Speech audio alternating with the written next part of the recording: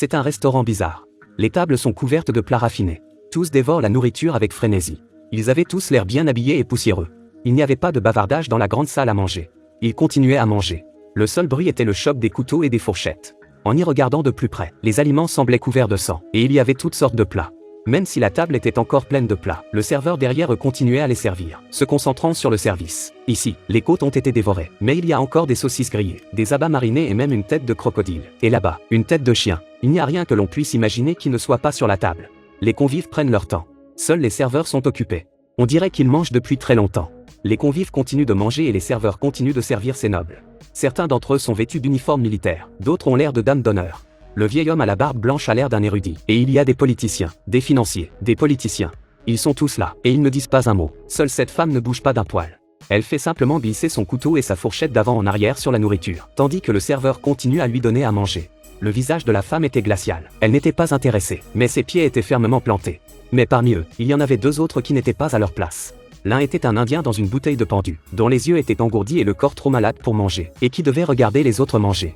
Les serveurs continuaient à apporter de la nourriture à la table, et plus ils en apportaient, plus les convives étaient heureux. Le seul bruit dans le restaurant était le choc des couteaux et des fourchettes. Mais les convives ne semblaient pas être en harmonie. Même s'ils ne parlaient pas, il y avait un regard meurtrier dans leurs yeux, comme s'il y avait une intention cachée. À ce moment-là, on entendit un cliquetis sur le sol. Les deux serveurs se sont regardés et ont fait un pas en arrière à l'unisson. Il va se passer quelque chose. Une table était en train de manger dans la salle à manger, quand tout à coup, la table s'est écroulée. Le maître d'hôtel ne semble pas surpris. Il sort calmement un petit livre et l'enregistre. Puis il se dirige vers le téléporteur et dit « étage suivant ». C'est alors que les employés se précipitent pour rassembler leurs affaires et se dirigent vers l'étage suivant en empruntant l'escalier. Les lumières sur les murs brillaient et le lustre de l'étage s'abaissait lentement. La nourriture était couverte de poussière, et les corps des convives étaient couverts de poussière. La célébrité a regardé ses mains poussiéreuses, a essuyé sa bague en diamant de la taille d'un œuf de caille et a levé les yeux vers le plafond. Avec ses innombrables trous, ils étaient tombés plusieurs étages plus bas. Les préposés se sont empressés de balayer la poussière sur les convives. Mais certains d'entre eux ne pouvaient pas attendre. L'homme chauve en face de lui ne pouvait pas attendre plus longtemps. Il a pris la nourriture sur la table et l'a mangée. Les autres l'ont imité, mangeant de plus en plus goulûment. Ils ne savent pas pourquoi ils mangent. Mais quand ils voient les autres en avoir, ils doivent en avoir aussi.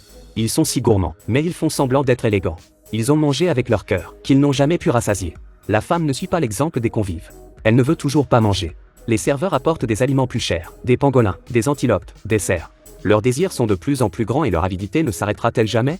La nourriture qui vient d'être servie est bientôt épuisée. Le serveur propose de la nourriture à la femme, mais elle refuse. Malgré son refus, le serveur continue de lui servir de la nourriture. En peu de temps, le plancher s'effondre et ils descendent d'un autre niveau. Le maître d'hôtel dit simplement « étage suivant » au convoyeur. Le serveur s'est précipité dans les escaliers avec la nourriture. Les lumières du couloir sont tamisées et il semble qu'il va bientôt faire nuit. Les serveurs étaient sur le point de nettoyer. C'est alors que les tables sont de nouveau tombées. Lorsqu'ils s'en rendent compte, ils se précipitent à l'étage suivant avec la nourriture.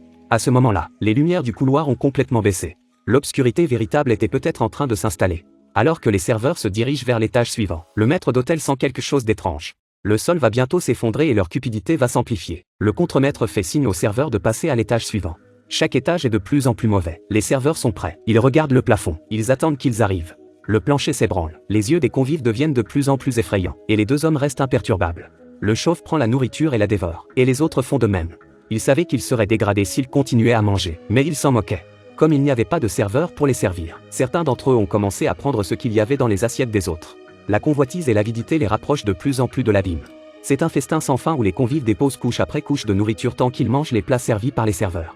Cet homme a déjà commencé à manger. Les autres lui ont emboîté le pas. Sans nourriture pour les réapprovisionner. Ils ont même pillé les autres. Y a-t-il parmi eux des dîneurs obstinés? Oui. Cette femme n'a pas touché à sa nourriture depuis le début. Et maintenant, elle est crasseuse, ramassant la nourriture et la portant à sa bouche. Une larme coulant du coin de l'œil. Elle a abandonné la lutte. Il n'y avait pas de serveur à cet étage pour servir la nourriture. Et personne ne la leur servait. Le regard de la femme n'est plus déterminé et elle commence même à prendre de la nourriture dans les assiettes des autres. L'avidité ne nourrit jamais, et le désir incontrôlé ne peut que conduire à des privations de plus en plus profondes. À ce moment-là, le plafond a commencé à gronder. Les serveurs étaient prêts en bas. Avec un grand bruit, la table est tombée. Elle ne s'est pas arrêtée, elle est tombée couche après couche. Aucune couche ne pouvait supporter son poids ou sa cupidité. Pourtant, un sourire est apparu au coin de la bouche du contremaître. Ses yeux ont regardé vers le bas, faisant frissonner, comme s'il s'y attendait. À la fin, les yeux du contremaître nous regardent droit dans les yeux, comme s'il nous disait que nous sommes les prochains. Dans le court-métrage, vous avez peut-être remarqué le patient qui ne mangeait pas mais tombait avec lui. Il n'a pas participé au festin, mais a seulement pu regarder le monde sombrer. La femme qui ne mangeait pas au début. Elle voulait peut-être changer le monde. Mais les gens autour d'elle n'étaient pas du tout touchés par elle. À la fin de la journée, il ne restait plus rien. Elle a donc dû abandonner et rejoindre le camp qui l'entourait. Puis ils ont tous sombré ensemble. Cette courte histoire est peut-être liée à la vie, mais la réalité est peut-être très cruelle. C'est la fin du film. Nous vous donnons rendez-vous la prochaine fois.